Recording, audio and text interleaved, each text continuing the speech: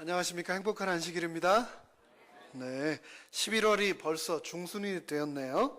이제 썸머타임 해지되고 나니까 4시 한 반 되니까 벌써 어두워지는 것 같습니다. 이제 2014년이 정말 얼마 남지 않았다라고 하는 생각이 드는데요. 기도로 잘 준비하시고 또 잘 마무리하게 되시기를 바랍니다. 고등학교 동창 여자 두 친구가 오랜만에 만나가지고 차를 마시면서 이런 얘기를 했다고 합니다. 손에 낀 커다란 다이아몬드 반지를 가리키면서 한 친구가 말하기를, 우리 남편이 여기 스크래치 생겼다고 새로 바꿔주겠대. 그랬더니 그걸 듣고 있던 친구가 참 환상적이다, 그렇게 얘기를 하더래. 그러니까 또 그 반지를 끼고 있던 그 친구가, 우리 남편이 얼마 전에 내 생일이라고 새 차를 사줬는데 꼭 가득가득 기름 넣어놓고 꼭 세차를 그렇게 깔끔하게 해놓는다. 그러니까 그걸 듣고 있던 친구가 또 뭐라고 했을까요? 참 환상적이다, 그렇게 얘기를 했어요. 또 이제 계속 하는 겁니다, 이 친구가. 우리는 그리고 1년에 꼭 2번씩 해외여행도 간다. 그랬더니 그 친구가 뭐라고 했을까요? 참 환상적이다, 그렇게 얘기를 했어요. 그랬더니 계속 자랑만 하던 이 친구가 궁금했습니다. 그런데 친구야, 넌 요즘 뭐하니? 나 요즘 화술 학원 다녀. 그런데 그 학원에서 참 꼴값 떤다라고 하는 말을 하고 싶을 때 참 환상적이다, 이렇게 말하라고 가르쳐줘. 그런 얘기를 제가 들었습니다. 연말이 다가오고 있습니다. 그리고 지난 한 주 동안 저희가 어떤 주제로 공부를 했습니까? 뭐를 길들임? 혀를 길들임. 네. 하고 싶은 얘기 가슴속에 잠깐만 담아 두셨다가 축복의 말 해주실 수 있게 되기 바랍니다. 우리의 혀를 길들일 수 있는 좋은 기회가 되지 않겠습니까? 특별히 우리가 그런 안 좋은 말 말고 이 연말에 해주면 참 좋은 말 중에 하나가 성령 충만하십시오. 성령 충만하고 성령의 축복 많이 받게 되시기 바랍니다. 이런 축복의 말을 서로 많이 하실 수 있게 되기를 간절히 바랍니다. 오늘은 드디어 구원론 4번째 시간이 되었네요. 첫 번째 시간에 우리는 구원이란 무엇인가에 대해서 했었는데, 구원은 뭐라고 했습니까? 하나님의 선물이다. 행함이 아니고 오직 믿음으로 주어지는 하나님의 선물, 그것이 구원이다 라고 했었고요. 두 번째 시간에 하나님이 왜 우리에게 죄책감을 주시는가, 죄책감을 통해서 죄의 흉악함을 우리에게 알게 하시고 그를 통해서 구원하시기 위함이다 라고 저희가 공부를 했었고요. 또 세 번째 시간, 지난 시간에 저희가 회개란 무엇인가 함께 또 공부를 했었습니다. 구원을 위해서 왜 회개가 필요한가? 하나님은 죄는 미워하시지만 죄인은 결코 미워하지 않으시고 끝까지 포기하지 않으신다. 에덴 동산에서 범죄하고 숨어있던 아담을 부르셨던 그 하나님께서 오늘 여전히 나를 부르고 계신다라고 하는 내용을 저희가 함께 연구했습니다. 오늘은 구원론의 4번째 시간, 제목이 뭡니까? 성령입니다. 성령. 요한복음 3장 5절은 이렇게 말합니다. 다 함께 읽겠습니다. 시작. 예수께서 대답하시되 진실로 진실로 내게 이르노니 사람이 물과 성령으로 나지 아니하면 하나님의 나라에 들어갈 수 없느니라. 구원을 위해서 우리가 무엇으로 침례를 받습니까? 물로 침례를 받죠. 그런데 동시에 성령으로 태어나야만, 거듭나야만 우리가 하늘나라에 갈 수 있다라고 요한복음 3장 5절은 말하고 있습니다. 그렇다면 우리가 성령으로 나야 된다라고 했는데, 성령은 누구이신가요? 우리가 어떻게 하면 그분을 알 수 있을까요? 그리고 성령으로 거듭나야 한다고 하는 그 말이 도대체 무슨 말일까요? 요한복음 3장 8절은 이렇게 말합니다. 바람이 임의로 불매 내가 그 소리는 들어도 어디서 와서 어디로 가는지 알지 못하나니 성령으로 난 사람도 다 그러하니라. 성령에 대해서 요한이 이런 수수께끼 같은 말만 남겼습니다. 성령으로 거듭난다는 것, 또 성령 충만한 삶을 사는 것은 구원의 필수적인 사항입니다. 그러기 위해서 우리는 성령이 누구인지, 또 성령이 어떻게 역사하시는지를 우리는 꼭 알아야 되겠습니다. 사도행전 2장 37절에 어떻게 하면 우리가 구원의 필수 조건인 성령, 그 성령을 선물로 받을 수 있는지에 대해서 말을 하고 있는데요. 베드로가 이르되 너희가 회개하여 각각 예수 그리스도의 이름으로 무엇을 받고요? 침례를 받고 그 다음에 또 죄사함을 받으라. 그리하면 무엇을 선물로 주신다고요? 성령의 선물을 주신다라고 말을 하고 있습니다.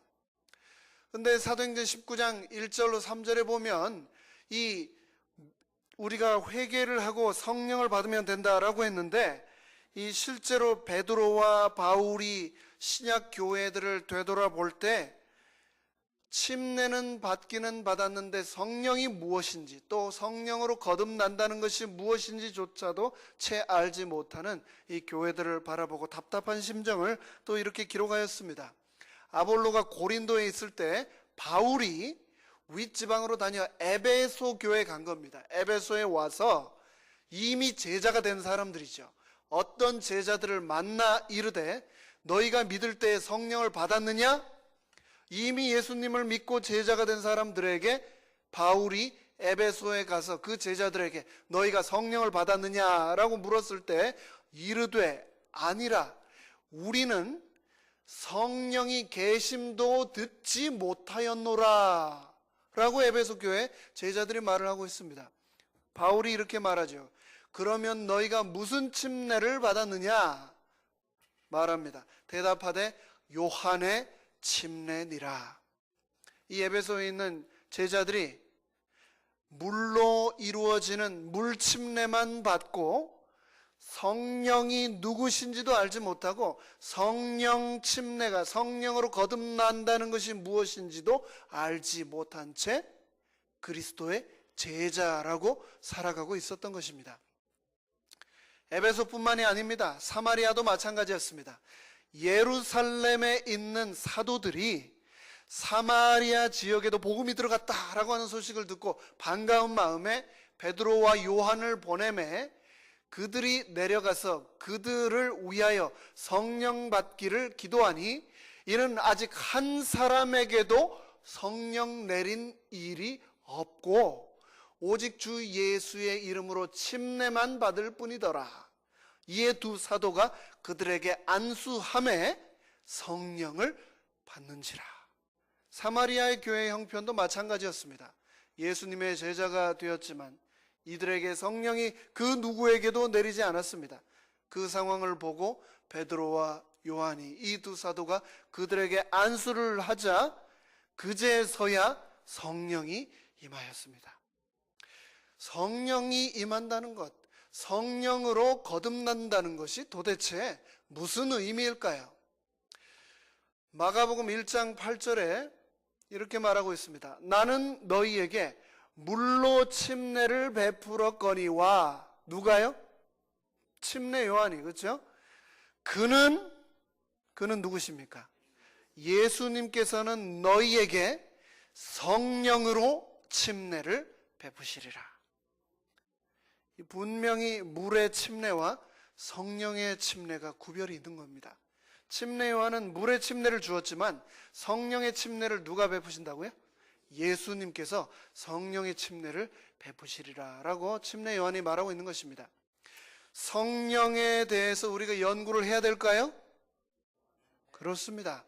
이 성령이라고 하는 것이 정말 말 그대로 바람이 어디선가 불어오는 것 같은데 또 어디론가 그 바람에 가는데 알 것도 같고 모를 것도 같은 것, 그것이 바로 성령의 임함, 성령으로 거듭나는 것이다 라고 했습니다.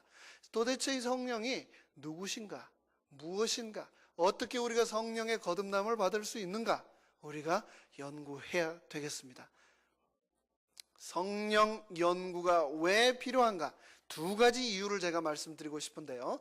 첫 번째, 성령의 이해는 삼위일체 하나님에 대한 올바른 이해에 필수적이다라고 말하고 있습니다.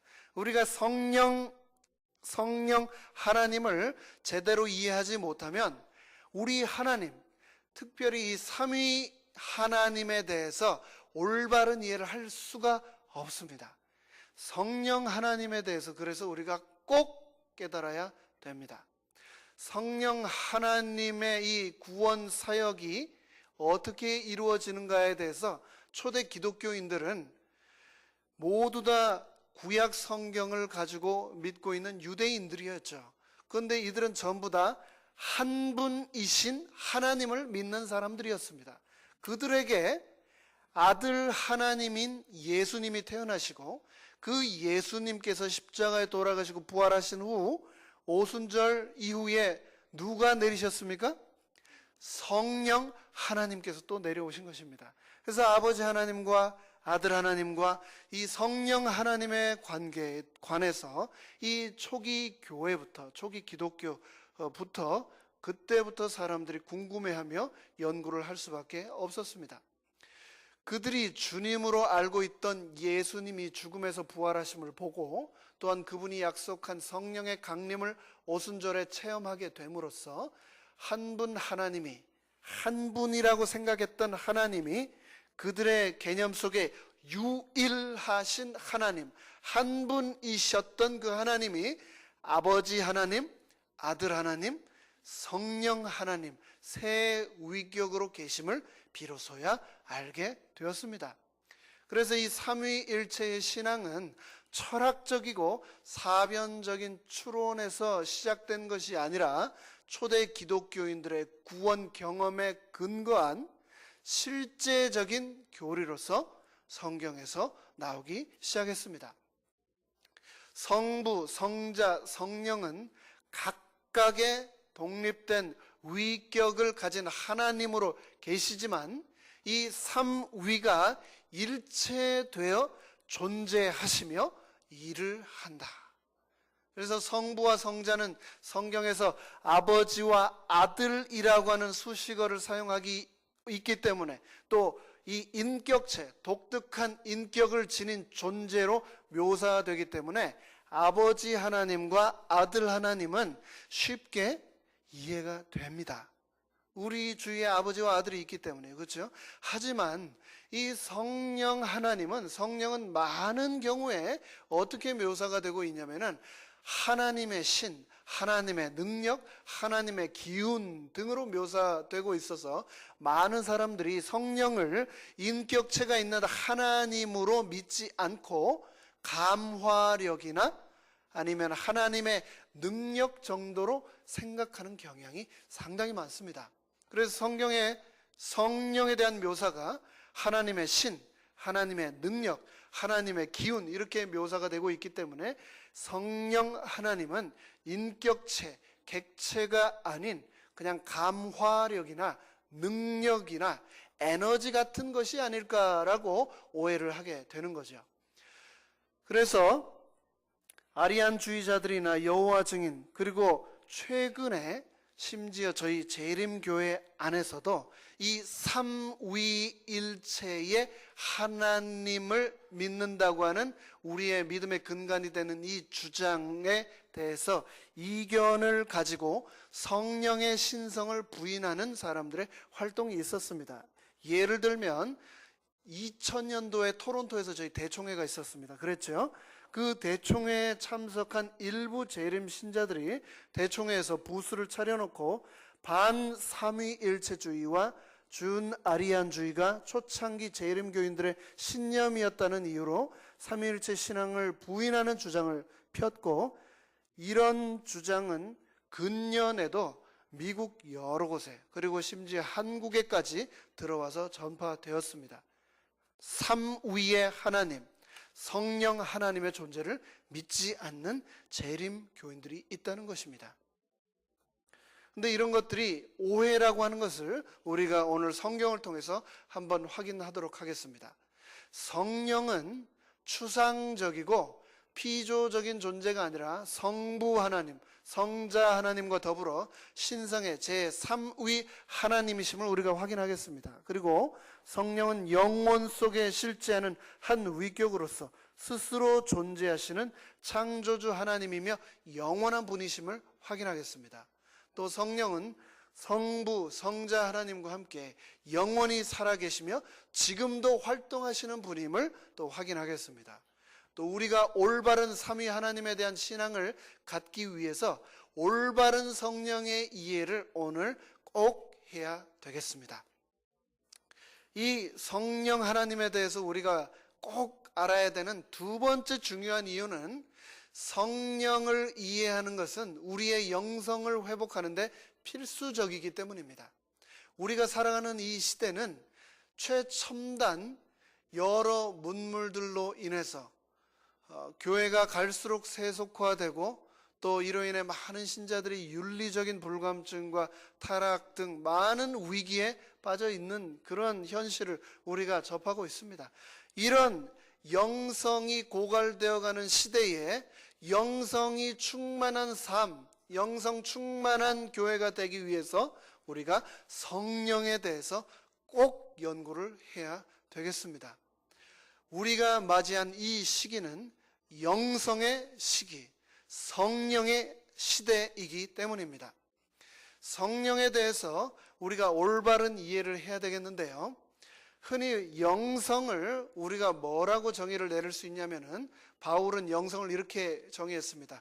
성령 안에 있는 새로운 삶, 성령 안에 거하는 삶, 그것을 영성이라고 정의를 했는데 우리는 날마다 우리가 그리스도 안에 있는지 또 우리 안에 그리스도께서 계신지를 확인해야 되고 또 날마다 우리가 새로운 피조물이 되어야 한다라고 성경은 말하고 있는데 그 일을 위해서 오직 성령만이 이러한 일을 할 수 있기 때문에 우리는 성령에 대해서 꼭 연구를 해야 되겠습니다. 예수님과 성령의 관계는 어떠했는가? 예수님의 생애는 그 자체가 성령 충만한 삶이었습니다. 예수님이 탄생하실 때 무엇으로 탄생하셨습니까? 성령으로 잉태하셨습니다. 예수님이 요단강에서 침례를 받으실 때 누가 충만히 임하셨습니까? 성령이 그곳에 충만히 임하셨습니다. 예수님께서 침례 받고 광야로 나아가셨을 때 거기에 성령의 인도를 받아 가셨고 거기에서 다시 성령의 권능을 입어 갈릴리로 돌아오셨고 성령과 함께 하시며 십자가에 못 박히셨고 성령과 함께 무덤에서 부활하셨습니다. 예수님의 모든 3년 반의 공생애는 성령과 동행한 그러한 삶이었습니다.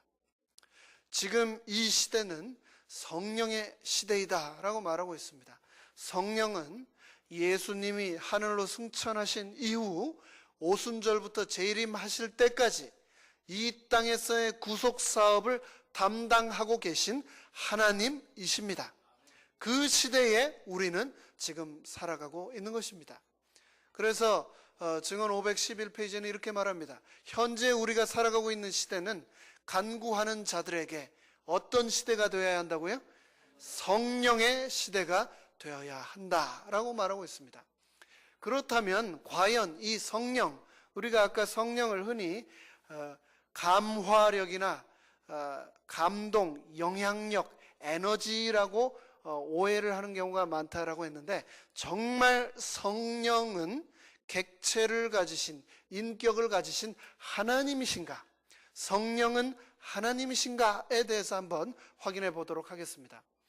오늘날 대부분의 강단에서 이루어지는 설교들이나 서점에서 나온 책자들은 성령에 관한 성령의 사역과 봉사에 초점이 맞추어져 있습니다. 성령을 통해서 신유의 은사가 일어나고 성령을 통해서 방언의 기적이 일어나고 성령을 통해서 수많은 기적들이 주위에서 일어나는 일들에만 집중되어서 말씀이 선포되고 서적들이 출판되어 나가고 있는 것입니다. 그러나 성령의 신성을 올바로 알지 못한 채 그 사역만 연구하는 것은 하나님의 능력과 기적만을 의지하게 만드는 불균형진 성령에 대한 이해를 우리에게 가져다 줄 수 있습니다.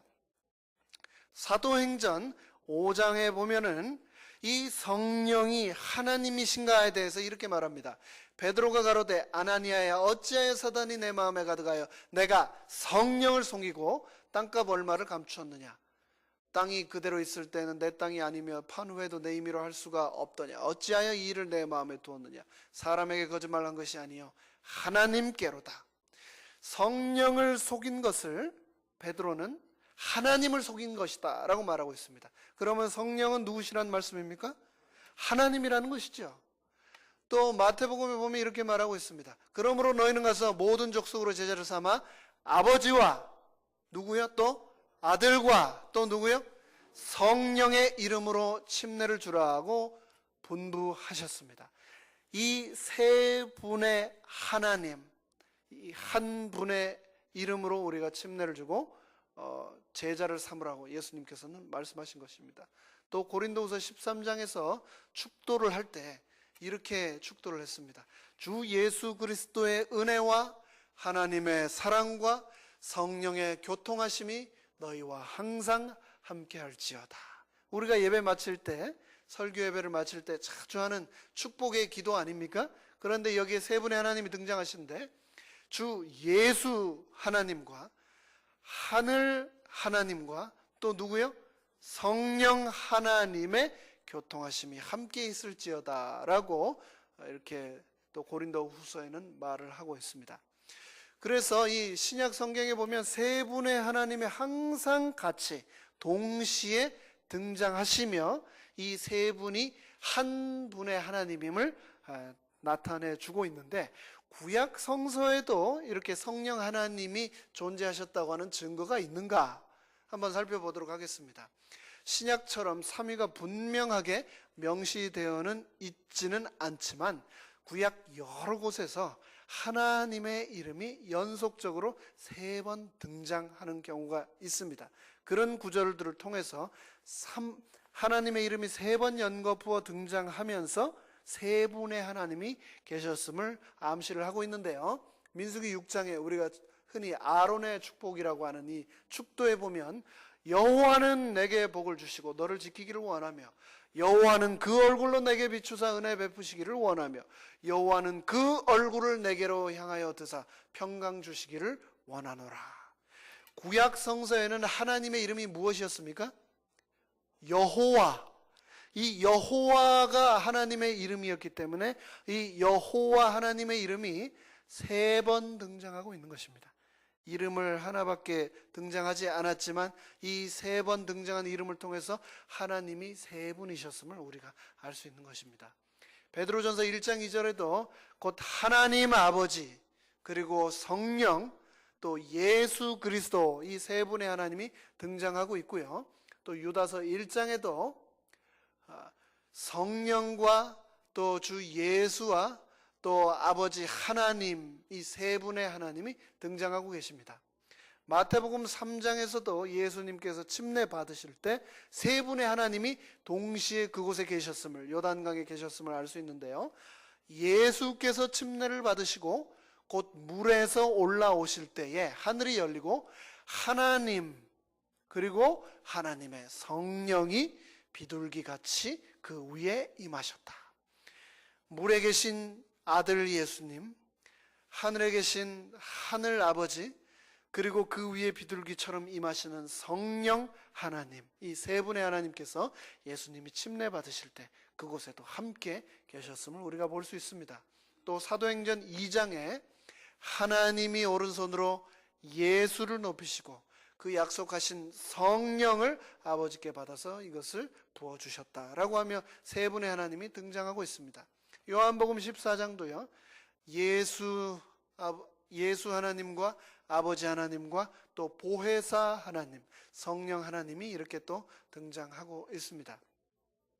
우리가 흔히 생각하기에 하나님은 한 분이시기 때문에 하나님이라고 생각을 할 수 있습니다. 맞습니다. 하나님은 한 분이시죠. 그러나 성경에는 동시에 하나님이 복수로 표현이 돼 있습니다. 하나님이라고 하는 엘의 복수형인 엘로힘이 여러 번 등장을 하는데, 창세기 1장 1절에 태초에 한 분이 아닌 여러분의 하나님 엘로힘이 천지를 창조하셨다라고 성경에 기록이 되어 있습니다. 창세기 1장 26절에 보면 하나님이 자신을 스스로 복수로 표현을 하고 계시거든요. 하나님이 가라사대 우리의 형상을 따라 우리의 모양대로 우리가 사람을 만들자라고 하나님 스스로, 하나님께서 한 분이 아니고 여러 분이심을 이렇게 말씀하고 계십니다. 그래서 구약에서 여호와께서 말씀하신 것을 신약에서는 성령이 말씀하신 경우로 또 표현한 경우가 많은데요, 구약 성경에서는 여호와라고 표현을 한 그 내용을 신약 성경에서 그대로 그 구절을 인용하며 여호와 대신에 누구라고 표현을 했습니까? 성령이라고 얘기를 하고 있습니다. 또 시편에서도 우리 하나님이라고 하는 이 구절을 그대로 히브리에서 인용하면서 그 하나님을 누구라고 표현하고 있습니까? 성령이라고 표현을 하고 있습니다. 그래서 성령이 가진 여러 신성의 속성들이 있는데요, 영원하시고 주권적으로 일을 하시고 전능하시고 편재하시고 진지하시고 거룩하시고 공의로우시고 진리이시고 또 사랑이시며 불변하시는 성령의 특성을 성경 처음부터 끝까지 우리는 명백하게 찾아볼 수 있습니다. 그렇다면 그 성령 하나님의 여러 속성들 중에 몇 가지만 살펴보도록 하겠습니다. 성령 하나님은 다른 하나님들처럼 전지한 분이십니다. omniscience, 전지성을 가지신 분이신데, 성령은 모든 것, 곧 하나님의 깊은 것이라도 통달하시느니라. 성령 하나님은 아버지 하나님처럼 그 어떤 깊은 것이라도 다 통달하시는 분이다 라고 말씀을 하고 있습니다. 또 성령 하나님은 전능하신 분입니다. omnipotence, 성령이 내게 임하시고 지극히 높으신 이의 능력이 너를 덮으시리니, 전능하신 성령이 임하여서 마리아가 잉태를 하고 예수님이 이 땅에 태어나지 않으셨습니까? 또 그가 와서 죄에 대하여 의에 대하여 심판에 대하여 세상을 책망하실 것이다. 전능하신 성령님께서 우리의 죄를 깨닫게 하실 것이다 라고 말을 하고 있습니다. 또 성령 하나님은 편재성을 가지고 계십니다. 내가 주의 신을 떠나 어디로 가며 음부에 내 자리를 펼지라도 거기 계시니이다. 이 성령 하나님은 다른 하나님들과 마찬가지로 이 세상 어디를 가든지 세상 끝까지 그분은 항상 거기에도 계신 것입니다. 또 성령 하나님은 영원성을 가지고 계신 분입니다. 하물며 영원하신 성령으로 말미암아 흠없는 자기를 하나님께 드린 그리스도의 피가 어찌 너희 양심으로 죽은 행실에서 깨끗하게 하고 살아계신 하나님을 섬기지 못하겠느냐. 아버지 하나님, 아들 하나님처럼 이 성령 하나님은 영원하신 하나님이다 라고 말을 하고 있는 것입니다. 그렇다면 이 성령의 위격은 어떻게 됩니까? 성령이라고 하는 존재가 아버지 하나님, 아들 하나님과 마찬가지로 하나님으로서, 한 분의 하나님으로서 똑같이 기독교 안에서 또 우리의 믿음 안에서 신앙 안에서 자리를 갖고 계신 걸까요? 한번 살펴보겠습니다. 4세기에 삼위일체를 거부했던 교부 아리우스는 그리스도의 영원성과 성령의 위격을 부정하였습니다. 그래서 이 아리우스는 성령을 뭐라고 정의를 했냐면요, 하나님이 사용하시는 에너지라고 얘기를 했습니다. 성령을 하나님이라고 인정하지 않고 부정하고 성령을 뭐라고요? 에너지라고 이 아리우스는 말을 했던 겁니다. 그 견해에 의해서 325년 니케아 공의에서 그것은 성서적이지 않다라고 판단을 하고 그렇게 전부 다 결론에 이르렀지만, 여전히 그때로부터 지금까지 하나님께로부터 영원히 흘러나오는 에너지다라며 성령 하나님을 하나님으로 인정하지 않고 믿지 않는 수많은 사람들이 오늘날에도 있습니다. 그래서 이런 비성서적인 주장은 정통 기독교 신앙과 분명히 위배되는 것임을 우리가 알고 있음에도 불구하고 여전히 성령 하나님의 존재를 인정하지 않는 수많은 교회들이 있습니다. 그 중에 대표적인 게 어디입니까? 여호와 증인. 그런 곳은 성령 하나님을 인정하지 않죠. 성령이 정말 객체를 가진 그러한 존재이신가? 성령이 인격적인 특징을 가지고 계신가? 한번 더 살펴보도록 하겠습니다. 인격적인 존재가 가지는 특징이 어떤 것들이 있을까요? 인격적인 존재라 함은 지성이 있고 또 감정이 있고 또 의지가 있을 때에 우리는 인격체라고 말을 합니다. 인격체는 스스로 존재하고 생각하고 느끼고 결단하는 그런 특성을 가진다는 말인데 성령 하나님이 이러한 특성을 가지고 계신가요? 한번 살펴보도록 하겠습니다. 성령 하나님께서 지성을 가지고 계신가? 오직 하나님이 성령으로 이것을 우리에게 보이셨으니 성령은 모든 것, 곧 하나님의 깊은 것까지도 통달하시느니라. 사람의 사정을 사람의 속에 있는 영 외에는 누가 알리로? 누가 알리요? 이와 같이 하나님의 사정도 하나님의 영 외에는 아무도 알지 못하느니라. 그래서 성령은 하나님의 깊은 것까지도 다 통찰하시는 지성을 가지고 계신 존재이다라고 고린도전서는 말하고 있습니다. 또 성령 하나님이 감성을 가지신 존재일까요? 이와 같이 성령도 우리 연약함을 도우시나니 우리가 마땅히 빌 바를 알지 못하나 오직 성령이 말할 수 없는 탄식으로 우리를 위하여 친히 간구하시느니라. 성령 하나님께서 우리 때문에 탄식하며 우리를 위해 간구하고 계시다. 그분께서도 우리와 똑같은 감정을 가지고 계신다라고 표현을 하고 있는 것입니다. 성령 하나님께서 의지를 가지고 계신가? 이 모든 일은 같은 한 성령이 행하사 그 뜻대로 각 사람에게 나누어 주시느니라. 뜻을 가지고 계시다. 위를 가지고 계시다. 의지를 가지고 계신 존재이다 라고 고린도서는 성령님에 대해서 말을 하고 있습니다. 그래서 이 의지라고 하는 말이 굉장히 중요한 말인데 이 말씀은 인격적인 존재의 가장 두드러진 특성인 의지를 성령 하나님이 가지고 있다라고 하는 말인데요. 성령 하나님이 단순히 에너지나 능력에 불과하다면 참 무의미할 것입니다. 하지만 성령은 우리가 마음대로 이용할 수 있는 그 어떤 힘이나 에너지가 아니라가 주권적인 위엄을 가진 하나님이시라고 분명히 성경은 말하고 있습니다. 그의 뜻에 따라 우리에게 은사를 주시는 분임을 성경은 분명하게 말하고 있는 것이죠. 그런 인격적인 존재이기 때문에 우리가 그분께 예배하고 그분께 사랑과 충성을 드릴 수 있는 것입니다. 그분이 인격적인 존재이시기 때문입니다. 그렇다면 이 성령을 성경에서는 어떻게 표현할 수 있을까? 성령은 어떻게 생기셨는가? 성령을 본 자가 없습니다. 그 성령을 성경은 어떻게 표현하고 있을까?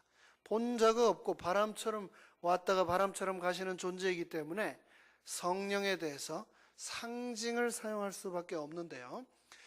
성령의 위격과 사역을 예증하기 위하여 성경은 여러 가지 상징을 사용합니다. 볼 수도 없고 만질 수도 없는 성령은 상징적으로 표현할 수 있는데요. 이러한 상징들을 통해서 우리가 성령의 실체를 조금 이해할 수 있습니다. 세 가지로 크게 성령을 성경에서는 상징하고 있습니다. 첫 번째, 성령을 뭐라고 표현을 하고 있냐면요. 뭐라고 표현을 한다고요? 바람과 호흡. 성령이 바람과 호흡으로 상징되고 있는데 창세기 2장 7절에서 첫 사람 아담의 코에 바람, 호흡, 생기를 불어 넣으심으로 성령이 우리 안에 들어오심으로 생령이 되었다라고 하는 말씀을 우리가 창세기를 통해서 볼 수 있고요. 또 요한복음 3장에서 거듭남에 대해 질문을 한 니고데모에게 예수님께서 성령으로 거듭남은 바람처럼 임의로 왔다가 사라지는 것이라고 또 말씀을 하셨습니다. 바람과 호흡은 성경에서 또 무엇을 상징하냐면 생명을 상징합니다. 공기는 생명의 필수적인 요소입니다. 음식이 없으면 한 3주 살 수 있습니다. 물이 없으면 그래도 한 일주일 버틸 수 있습니다. 그런데 바람이 없다면, 생기가 없다면, 공기가 없다면 얼마나 살 수 있을까요? 5분도 살기가 힘든 것입니다. 그래서 이 바람이라고 하는 것, 호흡이라고 하는 것, 생기라고 하는 것, 이것은 생명의 필수적인 요소인데 성령님께서 이 바람으로 성경에 상징되어 있으십니다. 그래서 성령은 인간의 모든 생명의 근원이요 원천인 이 생기로서 성경에 묘사가 되고 있는 것입니다. 사도행전 2장에서는 성령이 오순절 다락방에 강림하실 때 호련히 하늘로부터 급하고 강한 바람 같은 소리가 그들 위에 임하였다. 성령이 임하시는 모습을 강한 바람 같은 소리와 함께 임하였다라고 표현을 하고 있습니다. 두 번째, 성령을 어떤 상징을 통하여 성경은 표현을 하고 있냐면 물이라고 하는 매체를 통하여 또 표현을 하고 있습니다. 성경에서 끊임없이 여러 차례 성령을 물로 상징을 했는데 왜 성령을 물로 상징하였는가? 성령은 생수, 물 중에서도 생수로 상징이 되었습니다. 요한복음 4장에서 사마리아 우물가에 있던 여인이 그토록 갈급하던 이 생수를 찾아 구할 때 예수님께서는 내 안에 마르지 않는 생수를 주겠다라고 하며 성령을 약속하셨던 거죠. 그래서 요한복음 3장 5절에서 예수께서 대답하시되 진실로 진실로 내게 이르노니 사람이 물과 성령으로 거듭나 하나님의 나라에 들어가야 한다라고 말씀을 하고 계신 것입니다. 이 물은 성령을 상징할 뿐만 아니라 우리를 정결케 하는 의식에 있어서 꼭 필요한 요소이기도 합니다. 물을 통해서 우리가 신체의 갈증을 씻듯이 물을 통해서 죄인 된 이 육신의 죄악을 씻는 것입니다. 그런데 생수이신 성령이 우리 안에 채워져야만 육신의 갈증이 없어지는 것처럼 우리의 영혼의 만족도 온다라고 성경은 성령에 대해서 이렇게 표현을 하고 있습니다. 또 왜 물로 성령을 표현을 하였는가?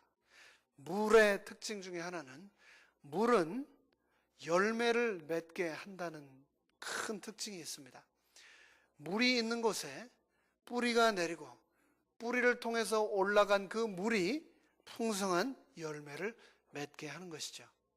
그래서 우리는 물로 표현된, 상징된 이 성령을 간절히 갈급하며 열심히 뿌리를 뻗쳐 내려가야 하겠습니다.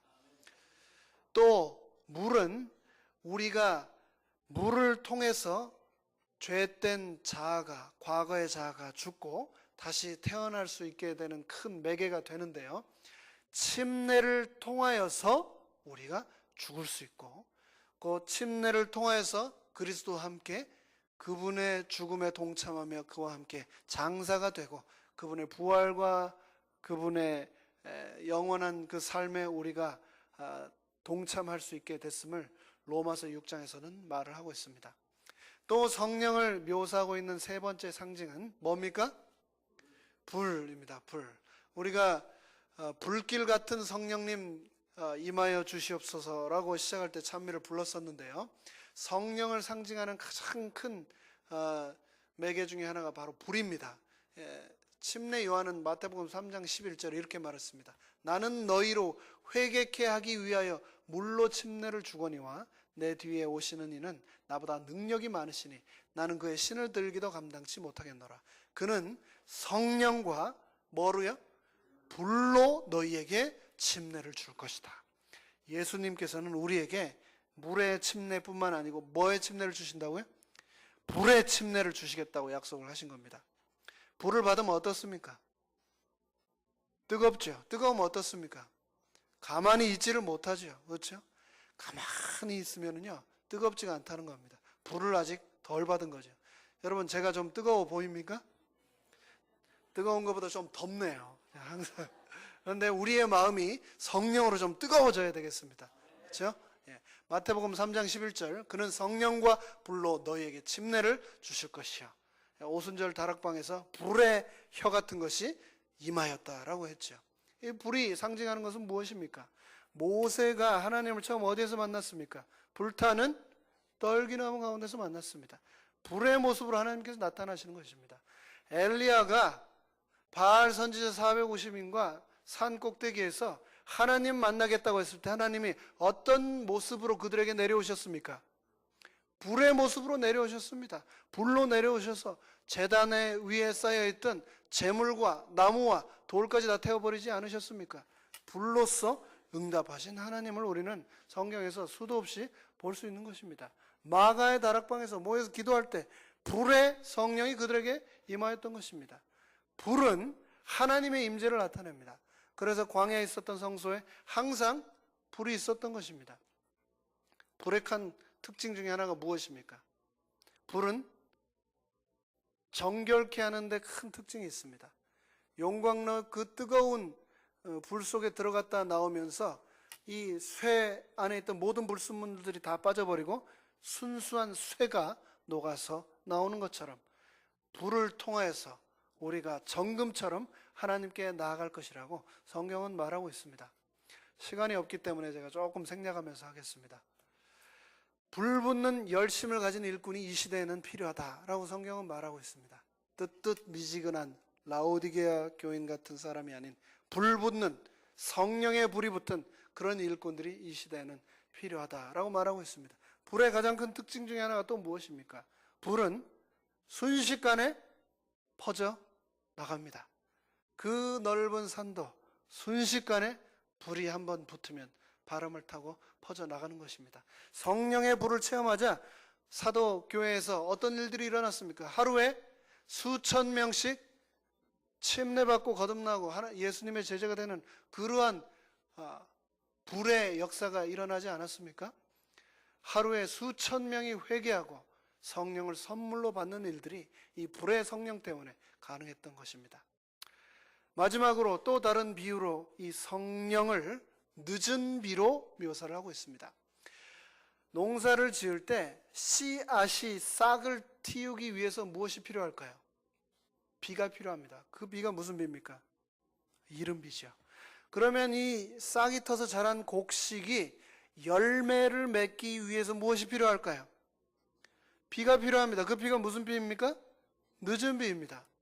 근데 이 이른 비와 늦은 비로 상징된 성령의 역사를 두 가지로요 할 수 있는데, 개인적인 경험과 교회사적인 면에서 생각을 할 때 개인의 신앙 경험에서는 처음 복음을 받아들였을 때, 예수님 만났을 때 그 회심의 경험이 이른 비라고 하면, 그 품성이 변화되고 죄를 이기고 담대하게 복음을 증거하는 그런 능력이 발현될 때 그것을 우리가 늦은 비의 역사라고 말할 수 있습니다.